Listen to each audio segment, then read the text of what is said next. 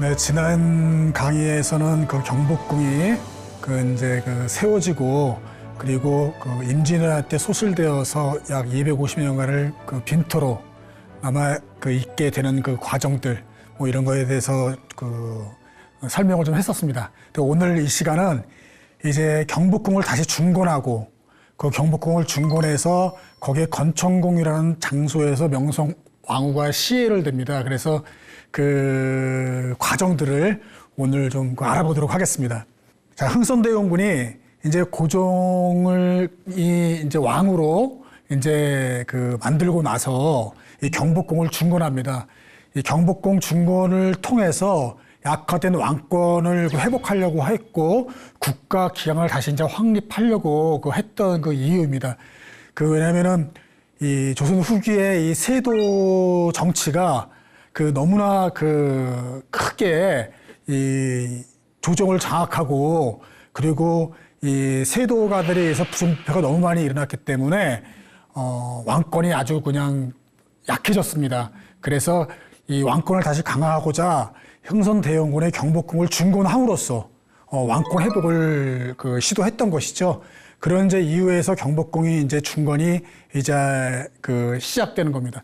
이 경복궁 중건은 사실 갑자기 수많은 정곽과 그리고 제목들을 구해서 이 궁궐을 새롭게 다시 만드는 거는 상당히 시간상 많이 부족했습니다. 그래서 이 경희궁의 서골에 있던 경희궁에 있는 많은 제목들을 가져오고 그리고 또 여러분들 많이 들어보셨을 겁니다. 원납전이라고 그래가지고 양반들한테 강제 기부금을 받듯이 원납전도 받고 그리고 당백전이라고 그래가지고 상평통폐 한 100배 정도 되는 그런 화폐를 또 유통시키고 그래서 많은 원망을 또 받았죠. 그리고 도성에 있는 성문들을 통과할 때마다 성문세를 받아가서 또 그거를 또 감당도 했었습니다. 그래서 이 경복궁을 중건하는 데는 많은 그런 이 백성들의 이 노력들이 따랐었습니다.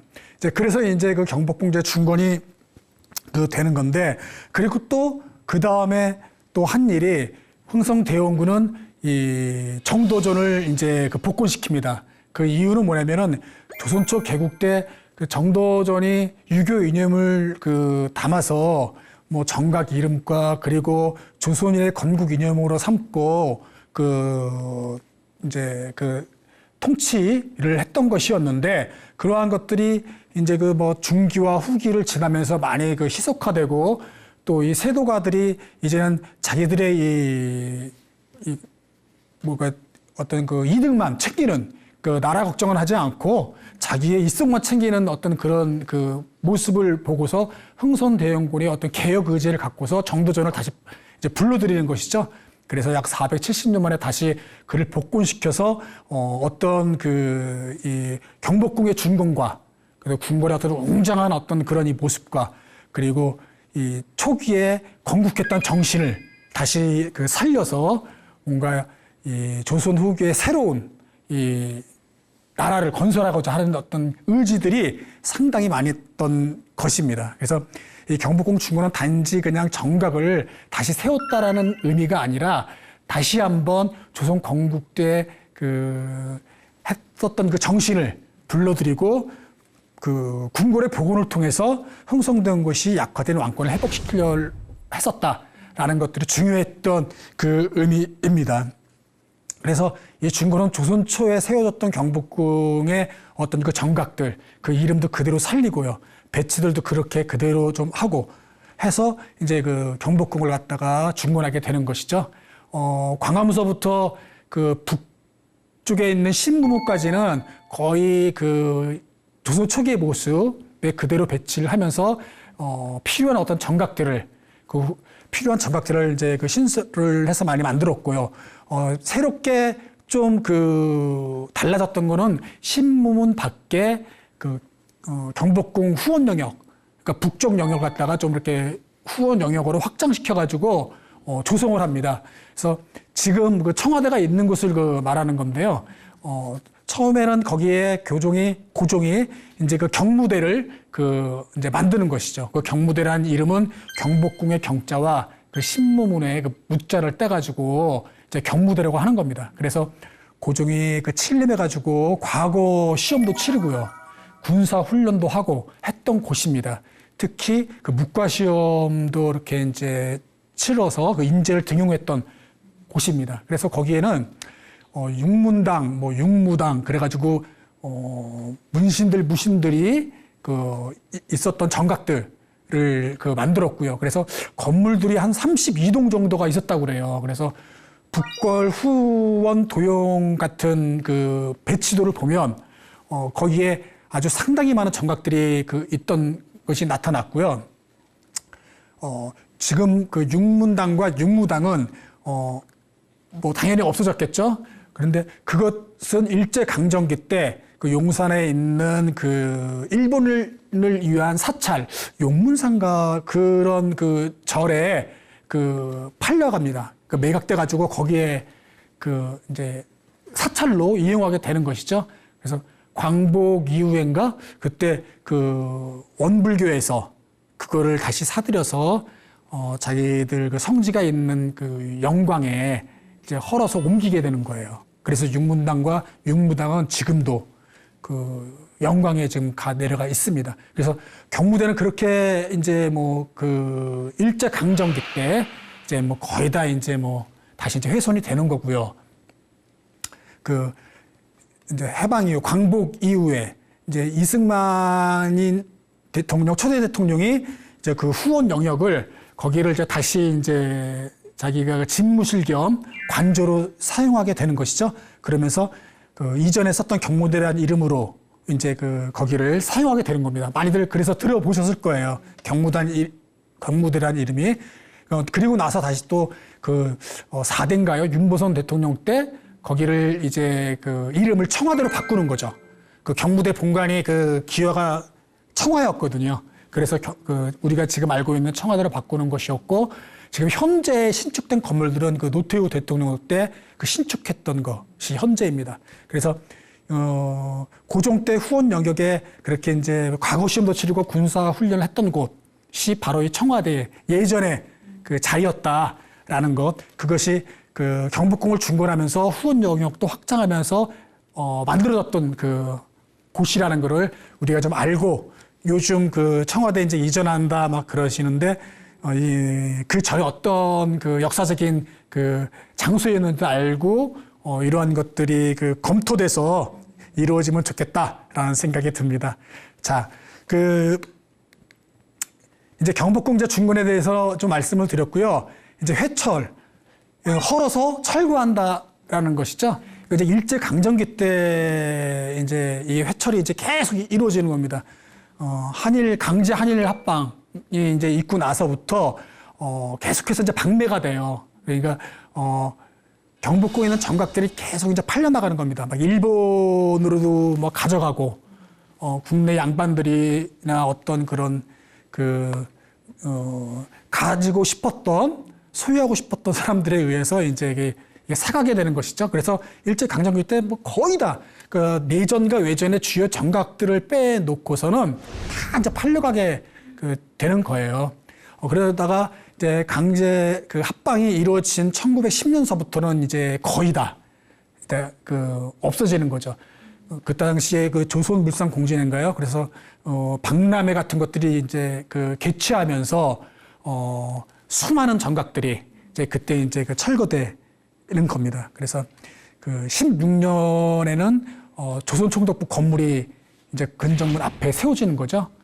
그리고 다 이제 17년에는 또 이 창덕궁에서 큰 불이 납니다. 그래서 창덕궁에 이렇게 내전과 외전의 주요 건물이었던 강령전이나 희정당 이런 것들이 다 불타버리니까 이 주요 정각으로 남겨놨던 건물들, 경복궁에 있던 강령전, 교태전 이런 것들을 다시 옮겨서 창덕궁의 내전 외전에 있는 를 짓는 거예요. 다시 불타가지고. 이제 그래서 경복궁은 거의 없어지게 되는 겁니다.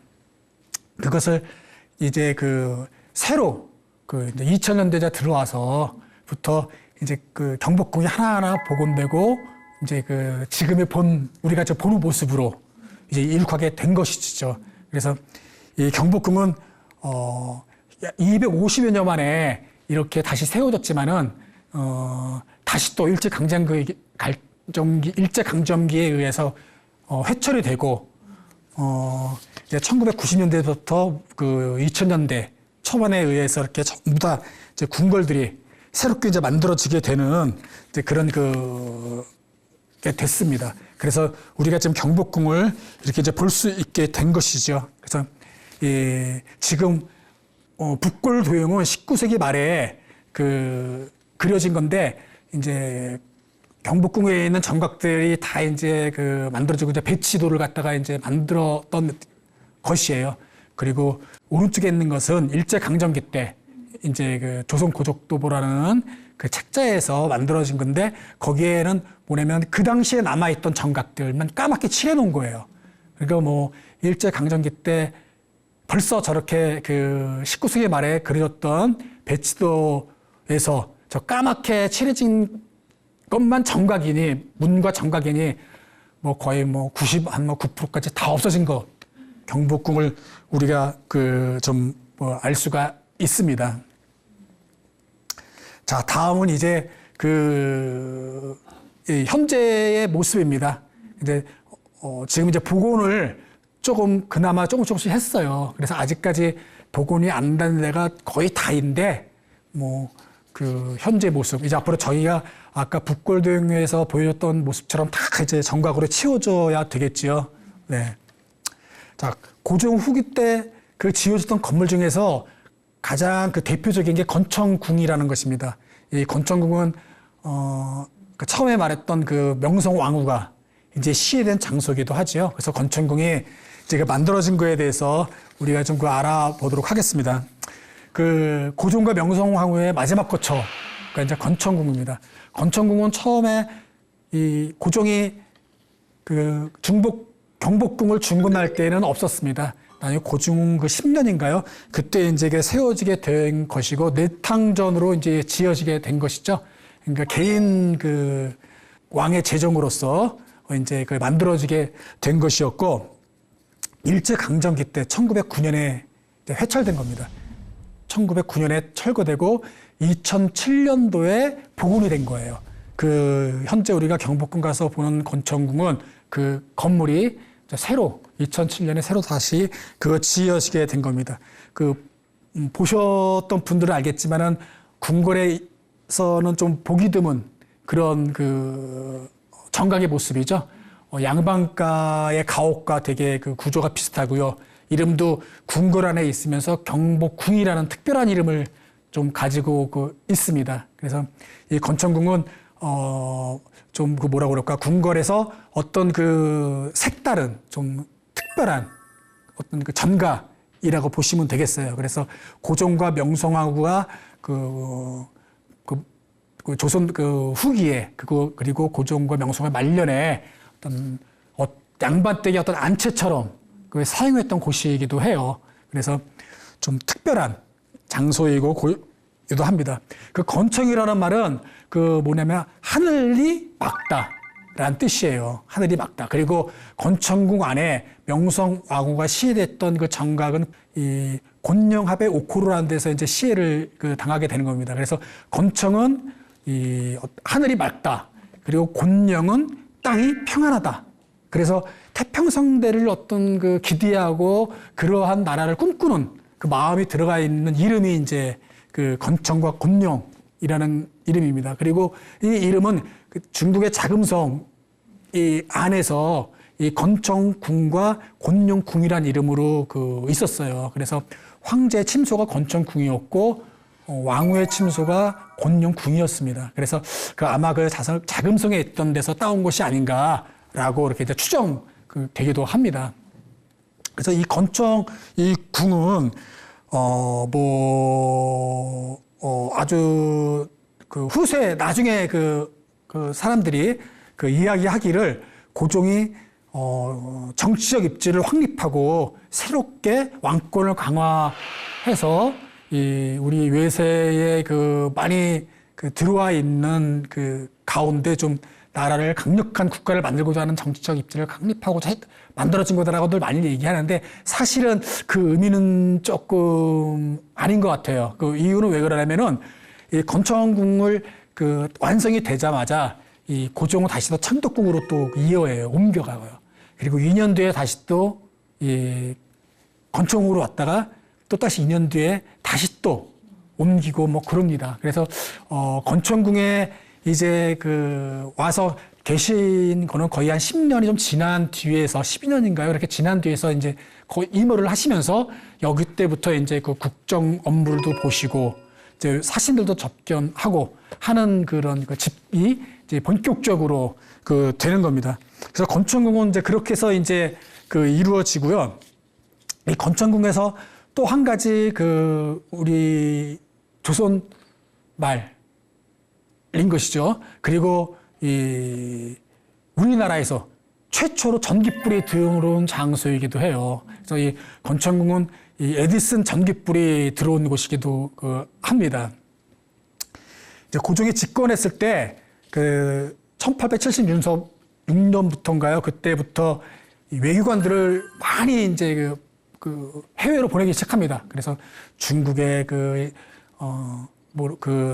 순시신사로도 보내고요. 일본에는 영선사도 보내고요. 그러다가 미국에 최초로 이제 보빙사라고 해가지고 외교 사절단을 꾸려가지고 이제 미국에 이제 보내는 겁니다.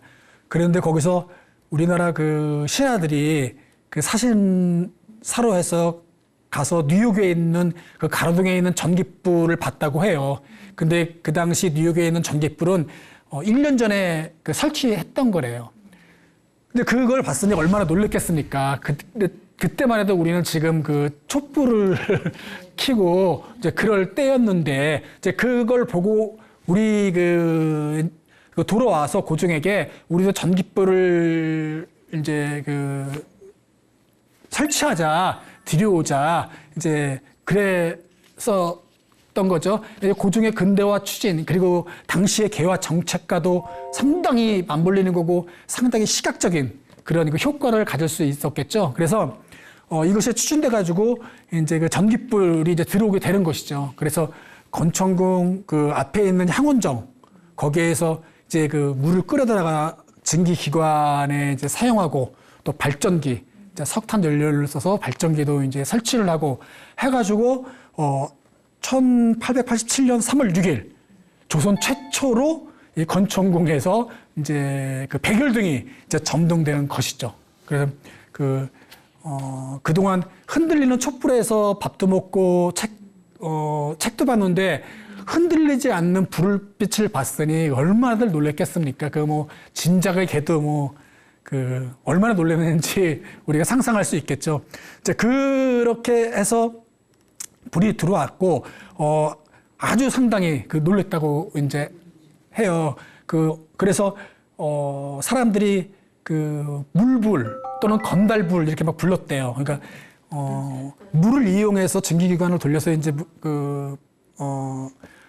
불이 들어온 걸 모르고, 물불이라고도 이름을 불렀고요. 또 이게, 처음 이제 설치한 거기 때문에 발전기나 증기기관이나 이러한 것들이 이렇게 완전하지 않아가지고 고장도 많이 잦았대요. 그래서 자꾸 꺼졌답니다. 그러니까 이게 지 맘대로 이렇게 막 시장에서 행패 부리고 돈도 뜯고 자기 맘대로 막 그렇게 하는 건달과 비슷하다고 해서 건달불이라고 불렀대요. 그래서 그런 별명도 갖고 있습니다. 그리고 불이 들어온 지는 한 이틀밖에 안 됐어요. 사실은. 딱 이틀 되고 나서 이 발전기를 담당했던 미국인 직원이 에디슨 전기회사에서 파견 나온 직원인데 이틀 만에 총기 오발 사고로 죽었어요. 그래서 다시 담당자를 구하지 못해서 약 6개월 동안을 그냥 다시 예전 촛불로 돌아갔다고 합니다. 그러니까 이 불빛이 어느 정도였냐면은 그 당시 기록을 보면은 백열등 하나가 양초 16개 불빛이었대요. 근데 750개를 설치해서 한 1만 2,000개의 양초가 켜져 있는 그런 불빛이었답니다. 그러니까 얼마나 그 건천궁 주변이 화냈겠어요. 어쨌든 처음 그런 전기불이 들어온 곳이 건천궁이었고, 그 소식을 들은 에디슨은 동양의 신비한 왕궁에서 내가 발명했던 백열등을 켜졌다는 것이 정말 놀라운 일이다라고 자기 일기에 이렇게 썼대요. 그래서 그것도 그 기록에 있습니다. 그래서 우리가 알고 있는 그런 뭐라고 그럴까, 일본이 이제 외세가 들어와서 계속 그 일본의 압력에 의해서, 조정에 의해서 우리가 고종이 움직였다라고들 많이 생각하는데, 합방 이전에는 상당히 고종도 근대화 추진을 했고, 개화 정책을 위해서 노력을 많이 했고, 이러한 그 정책들도 많이 펼쳤습니다. 그래서 1887년, 그래서 그다음 8년, 9년, 10년까지 그 3년 동안에 이 전기회사도 만들었고요. 왕실 주도로 해서 한성전기 주도해서도 전기회사도 만들었고, 그 다음에 전화국도 설치를 했고요. 1900년들은 우리가 알고 있는 전차가 이제 종로를 다니게 되는 거죠. 그러니까 일제 강점기 때 일본에 의해서 이렇게 만들어진 것이 아니라 왕실 주도로 이렇게 신문물들을 받아들여서 했던 것입니다. 그래서 1900년도에는 종로에 가로등 불이 3개가 켜졌다고 합니다. 그래서 그러한 역사를 갖고 있습니다. 자, 에디슨 전기불은 여러분들이 자료를 제가 참 사진을 좀 안 보였네요. 이게 건천궁의 모습입니다. 그래서 양반들이 살았던 옛가옥처럼 이렇게 생겼고요. 에디슨은 이제 이것은 이제 87년 3월 6일 날 저렇게 이제 상상으로 해가지고 시연했던 것을 그림이 있길래 자료 화면으로 이렇게 했습니다. 한국 전기의 발상지, 향원종의 북쪽에 이렇게 비도 세워서 지금 경복궁을 향원종 뒤로 가시면은 볼 수가 있습니다. 자, 이제는 시해 사건에 대해서 좀 말씀을 드릴게요. 이 건천궁 공령합에서 명성황후가 이제 살해되는 것을 이제 말씀을 좀 드리면은, 고종은 12살 때 왕이 됐습니다. 그러니까 이 흥성대원군이 신정왕후와 좀 어느 정도의 결탁이 돼서 안동 김씨의 세력 정치가 지금 판치고 있는 걸 갖다가 좀 견제시키고자 이제 고종과 합의가 돼가지고 흥선대원과 합의가 돼가지고 이제 고종이 이제 왕이 되는 것이죠. 이제 고종은 우리도 알다시피 먼 4대 5대까지 가면은 사도세자가 이제 위에 이제 조상이 되는 거죠. 그래서 고종은 12살에 이제 왕이 됐는데 신정왕후와 이제 3년 동안 수렴 청정을 하게 됩니다. 그리고 15살에서야 이제 자기가 이제 친정으로서 이제 왕으로서의 나라를 통치를 이제 하게 되는 것이죠. 그런데 실은 15살이었기 때문에 사실 자기가 모든 권력을 갖고 있지 못하고 흥선대원군이 사실 모든 권력을 갖고 흥선대원군이 이제 자기가 나라를 조선을 통치하게 되는 것이죠. 그래서 권력의 주도권을 갖고서 고종과 그리고 흥선대원군이 묘한 대립을 계속 갖고 있었다고 해요. 그래서 이러한 가운데 흥선대원군이 이제 권력에서 좀 멀어지게 됩니다. 최익현이란 분이 상소를 계속해서 올려가지고 흥선대원과 집권 세력들의 이제 탄핵을 해야 된다. 이런 권문 세력들에 의해서 나라가 지금 발생됐다. 이렇게 이런 것들을 계속 올리면서 이제 하니까 집권 세력들이 이제 사직하겠다, 물러나겠다 하다가 다시 또 이제 바뀌어가지고 최익현을 이제 다시 탄핵시키는 그러한 이제 분위기가 이제 돼버리는 겁니다. 그래서 그러한 분위기 속에서 이제 고종이 이제 명분으로 삼아가지고 흥선대원군을 이제 궁궐 밖으로 이제 내보내게 되는 것이죠. 이제 그런 그 과정 속에서 22살인가 됐을 때 고종이 이제 권력을 이제 자기가 왕으로서의 집권해서 이 조선을 통치하면서 왕의 모습을 22살 때부터인가 이제 그 할 수 있었던 것입니다. 그런 이제 그 왕은 고종이었고요. 또 한편 이제 그 명성 왕후는 이 16살 때 고종에게 이제 그 시집을 오게 되는 거예요. 그러니까 그 당시 고종은 또 15살이었습니다. 그러니까 15살 소년과 16살 그 소녀가 이제 결혼을 이제 하게 되는 것이죠. 그래서 명성 황후는 그 당시에 그 뭐라고 그럴까요? 어린 나이에 뭐 조선시대 전기에도 다 그맘때 이제 왔지만은 이 뭐라고 그럴까요? 그 세자빈의 교육 뭐 이런 것들이 그러니까 전혀 없었더라는 거예요. 그냥 사가에 있다가 흥선대원군과 이렇게 영영 민씨의 어떤 그 발탁으로 선택돼 가지고 고종과 이제 결혼을 하게 되는 것이죠. 그래서 그런 이제 그 환경에 의해서 이제 들어오게 됐습니다. 명성황후의 집안도 사실은 그렇다고 그래가지고 그냥 뭐 아무 양반집에서 온 건 아니고요.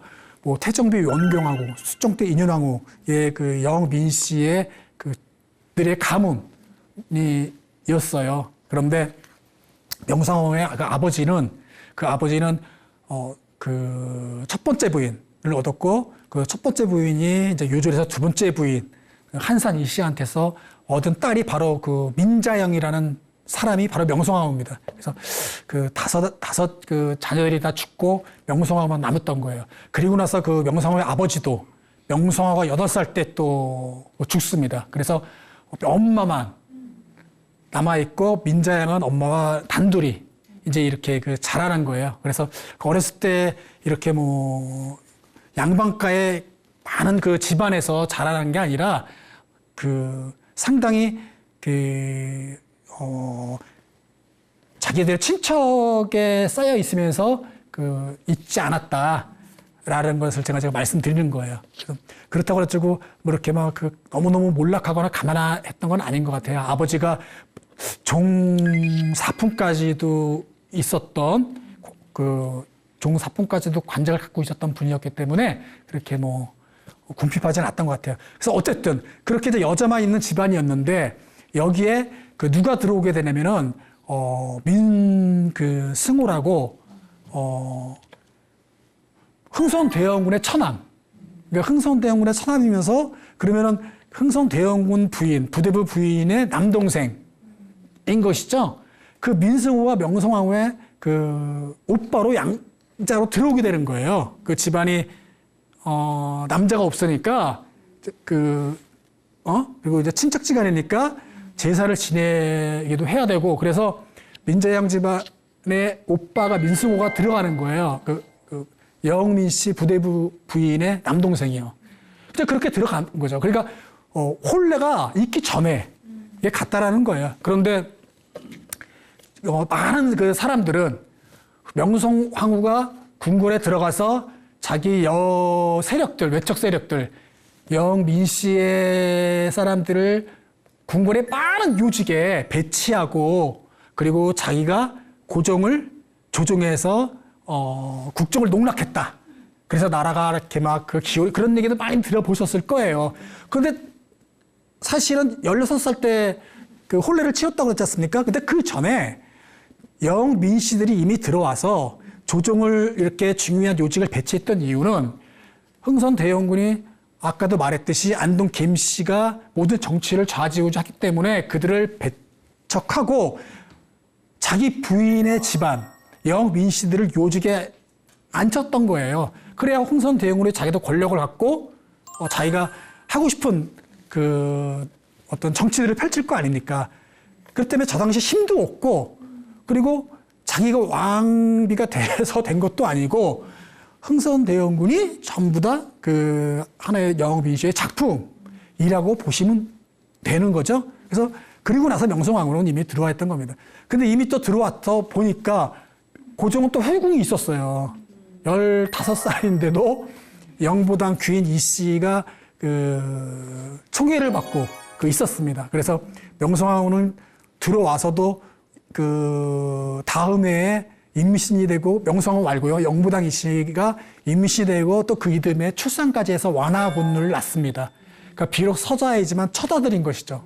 그래서 그 명성황후는 이제 그런 걸 보고 뭐 16살, 17, 18이었을 거 아닙니까? 그러니까 그때 또 아무런 힘도 없고 권력도 어떻게 자기가 가지려는지도 몰랐던 때예요. 이미 흥선대원군이 다 차지하고 있었기 때문에 인사권들을 아직까지는 그렇게 우리가 알고 있는 그런 그 사악한 그런 그 왕후는 아직까지는 아니었다.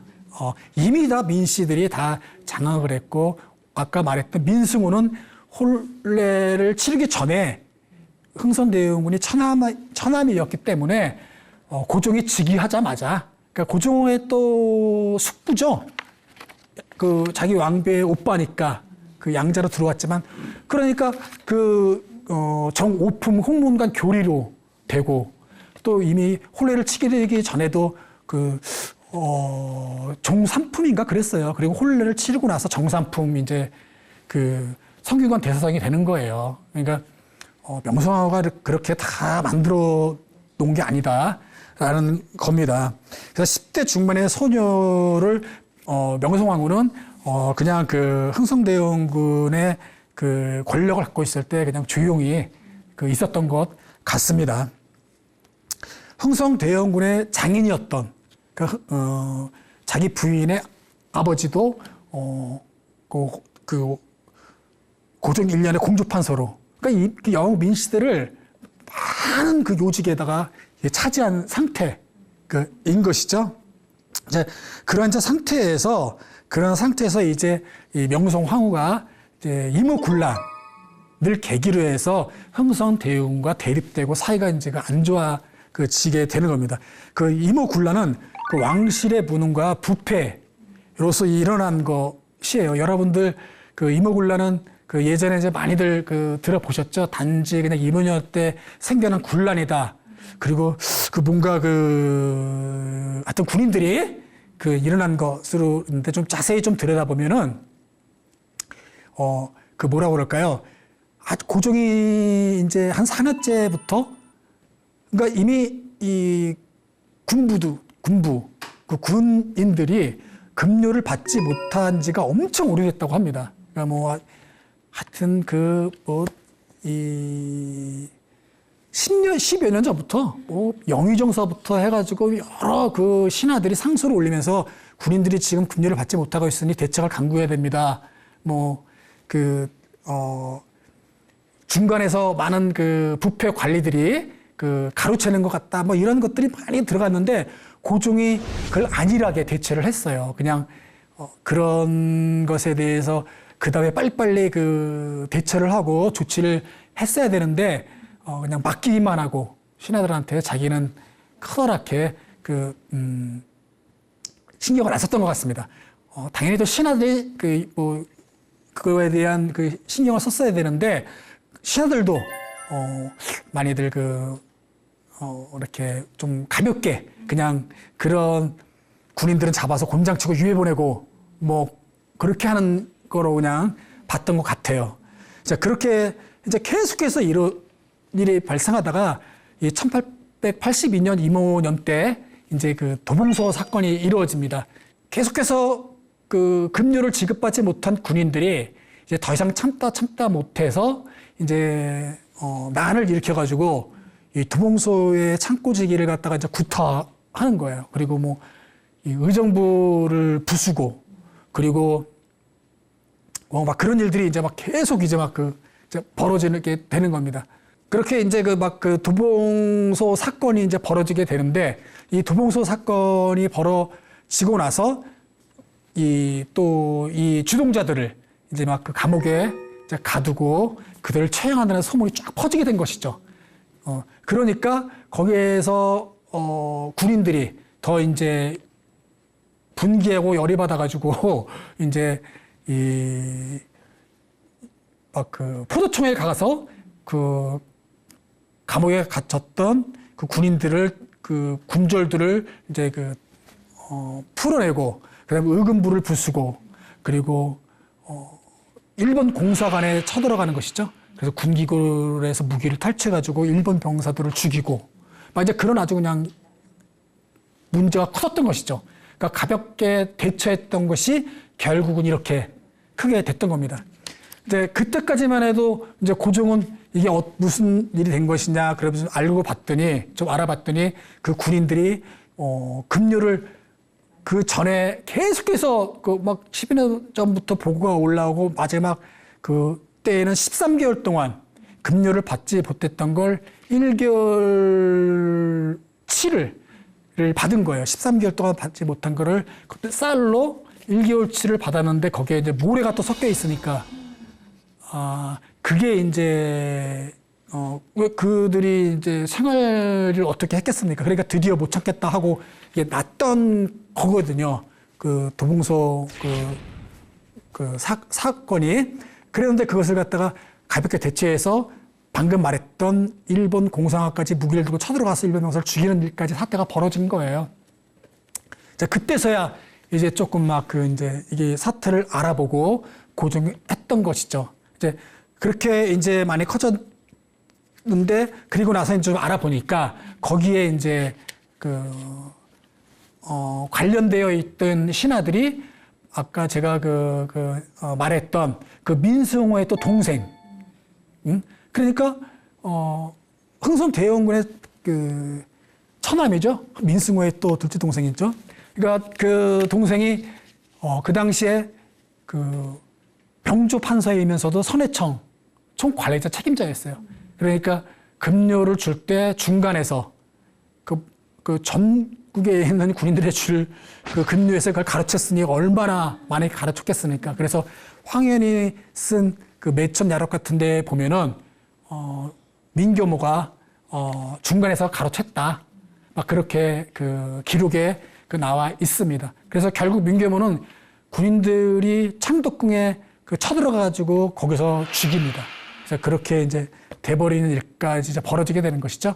그래서 그 임오군란을 계기로 해가지고 그 흥선대원군이 다시 권력을 갖게 되는 것이죠. 그 백성들이 흥선대원군을 이제 다시 왜냐면은 훈련대 군인들이 흥선대원군을 명령을 이제 들으니까 고종도 어쩔 수 없이 군고를 다시 불러들이는 게 되는 겁니다. 그래서 그것도 한 달밖에 가지를 못하게 되는 것이죠. 그리고 다시 이제 청나라로 이제 끌려가는 것이 이제 흥선대원군 신 것이죠. 어쨌든 그런 왕실의 무능과 관료의 부패로 인해서 임오군란이 일어나는 일이 이제 발생된 것이죠. 그런 와중에 이제 견천궁에서 이제 시해 사건이 이제 발생되는 겁니다. 저 사진은 고종 때 신식군대 별귀군인데 소총도 지급되고 해서 이전 훈련대 병사들과 별귀군에게 대우했던 것들이 급료와 보급품에부터 아주 상당히 차별됐었다고 합니다. 그래서 이러한 것을 보고서 또 군인들이 이제 더욱더 분개를 했던 것이죠. 자, 명성황후에 대해서 이제 우리가 좀 알아보겠습니다. 명성황후는 아까도 얘기했지만 아주 그냥 평가가 극과 극입니다. 첫 번째로는 뭐냐면은 하나는 명성황후를 평가할 때 명성황후를 가까이에서 봤던 외교관들, 명성황후의 전담의사, 언더우드 부인이나 그리고 명성황후 시해 사건에 직접 가담했던 한성신문의 편집부장, 일본인들의 수기나 말들에 의하면 명성황후는 상당히 현명하고聰明했다. 거의 숨은 외교관이었다. 상당히 신랄하게 신랄하게 어떤 정세를 평가했고 막 이렇게 아주 좀 칭송하는 듯한 그러니까 그런 기록들이 나와 있어요. 그리고 또 하나 한편으로는 명성황후를 잘 보지 못했던 어떤 분들에 의한 야사 기록들이 또 많이 남아 있습니다. 거기에는 명성황후가 어떻게 되어 있냐면은 그 첫 번째로는 그 고종에게 그 많은 그 가까이 있으면서 정치에 개입해서 조종했다. 뭐 이러한 이야기들이 좀 우리가 알 수 있죠. 그래서 또 하나는 이 낭비벽이 심해서 재정을 완전히 없애버렸다. 뭐 이러한 그 이야기도 있고요. 뭐 모조리 다 그 재정을 탕진했다. 그리고 또 미신을 숭배했다. 뭐 이런 이야기들이 계속 이제 많이 남아 있습니다. 근데 어쨌든 가장 확실한 건 명성황후가 자기에게 척족, 그러니까 이제 민소용이라고 자기 친척에게 편지 쓴 것들이 지금 많이 남아 있습니다. 그래서 그게 박물관에 남아 있는데, 저 사진은 1893년도인가요? 그러니까 1895년 시해되기 전, 2, 3년 전에 프랑스의 어떤 기자가 92년도에 와서 93년도에 발간한 건데, 자기가 명성황후와 고종을 아련하고 사진을 찍었다라고 해서 잡지에 실린 사진이에요. 뭐 같은 간에 저건 하나의 기사이고요. 확실하게 지금도 명성황후의 얼굴 사진은 이분이다 저분이다 하라고 많은 이야기가 있습니다. 친필 편지예요. 그래서 저 민소영이라는 자기의 친족에게 계속해서 편지를 보내는데 그 내용들이 이제 저거는 이제 명성황후가 직접 쓴 거니까 이제 저걸 보고서 우리가 이제 판단하는 것이죠. 저 글들에 의해서 보면은 명성황후는 권력과 이 돈에 대해서 상당히 많이 저 편지에 써 있습니다. 그래서 이 많은 관료들이 자기 관직을 청탁하는 내용들, 그래서 그 관직에 청탁하는 내용들을 민소영을 통해서 들어오면 고종에게 또 얘기하고서 요청하는 그러한 내용들. 그리고 또 다른 거는 돈을 빌리는 것, 뭐 돈을 달라는 것. 그러니까 뭐 100냥서부터 뭐 200냥, 뭐 600냥 이런 거를 돈을 부족하니 달라, 막 이런 글들이 너무 많아요. 그래서 그런 것을 민소영을 통해 가지고 또 얘기하는 겁니다. 그러니까 왕비지 않습니까? 왕후. 그런데 100냥도 자기가 구할 수 없을 정도로 궁핍한 그러한 생활을 했었던 것 같아요. 그러한 명성황후를 이제 편지가 모습을 보여주는 거고, 또 저 편지에 고종이 내년에 다칠 병과 운수에 대해서 알아보고 어떻게 액을 막아야 되는지도 어느 무당에 가서 물어봐라, 알아봐달라 하는 이런 내용들이 저 편지에 많이 나와 있습니다. 그러니까 가장 저 편지가 우리가 이제 평가하기에 좋은 편지 내용을 알고서 했던 겁니다. 사회는 어마어마하게 많은 그런 평가들이 있지만 어쨌든 저것을 갖고 우리가 아마 그런 현명하고 총명했다기도 했지만 개인적으로는 저런 사치와 낭비와 이런 것들이 많았던 명성황후이기도 한 겁니다. 명성황후가 바로 권천궁 곤룡합에서 이제 시해가 되는 것이죠. 그날 1895년 그날 이제 일본인이 들어가가지고 직접 시해를 하면 문제가 발생되니까 궁궐 안에 흥성대원과 훈련대 군인들이 미리 들어가 있고, 그들이 고종의 친위부대 시위대와 충돌해야 흥성대원과 훈련대가 해산의 불만을 품어서 명성황후를 시했다라고 이제 만들어야 되지 않습니까? 그래서 이제 임의리 작전을 다 짜고서 이제 들어가게 되는 것이죠. 그래서 그 안에서 들어갔는데 총격전은 벌어졌지만 너무나 쉽게 광화문서부터 곤룡합까지, 권천궁 안에는 곤룡까지 들어가게 돼서 결국은 시해를 하게 되는 것이죠. 시해 때 또 장면을 목격했던 외국인들이 있습니다.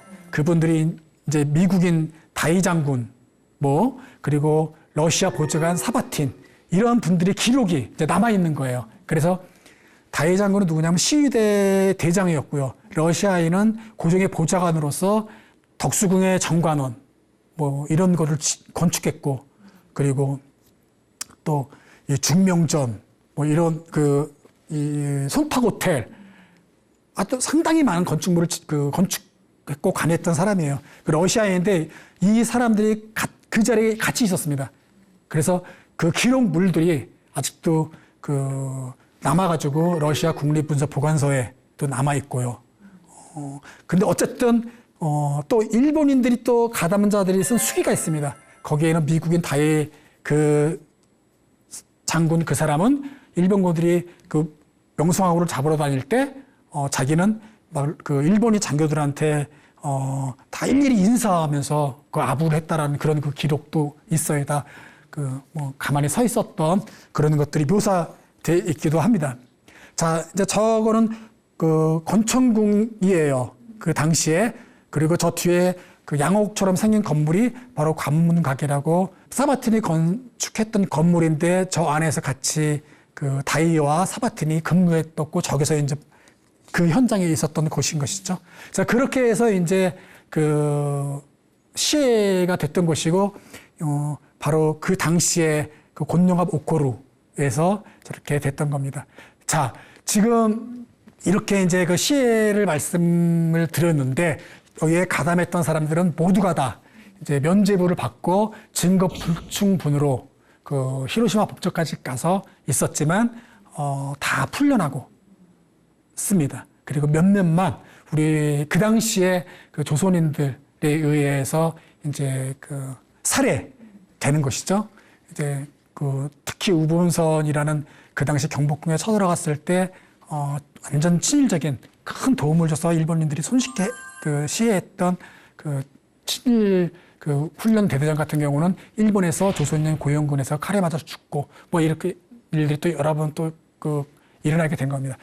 네, 지금 그 오늘 명성황후 시해 사건 좀 시간이 부족해서 뒷부분에서 많이 생략돼서 그 말씀을 드렸습니다. 하여튼 경복궁은 중건이 되고 이런 그 건천궁에서 시해가 됨으로써 다시 경복궁이 법궁으로서의 지위를 30년 만에 다시 잃어버리게 된 또 가슴 아픈 궁궐이 경복궁이었습니다. 네, 오늘 강의 이거로 마치도록 하겠습니다. 네.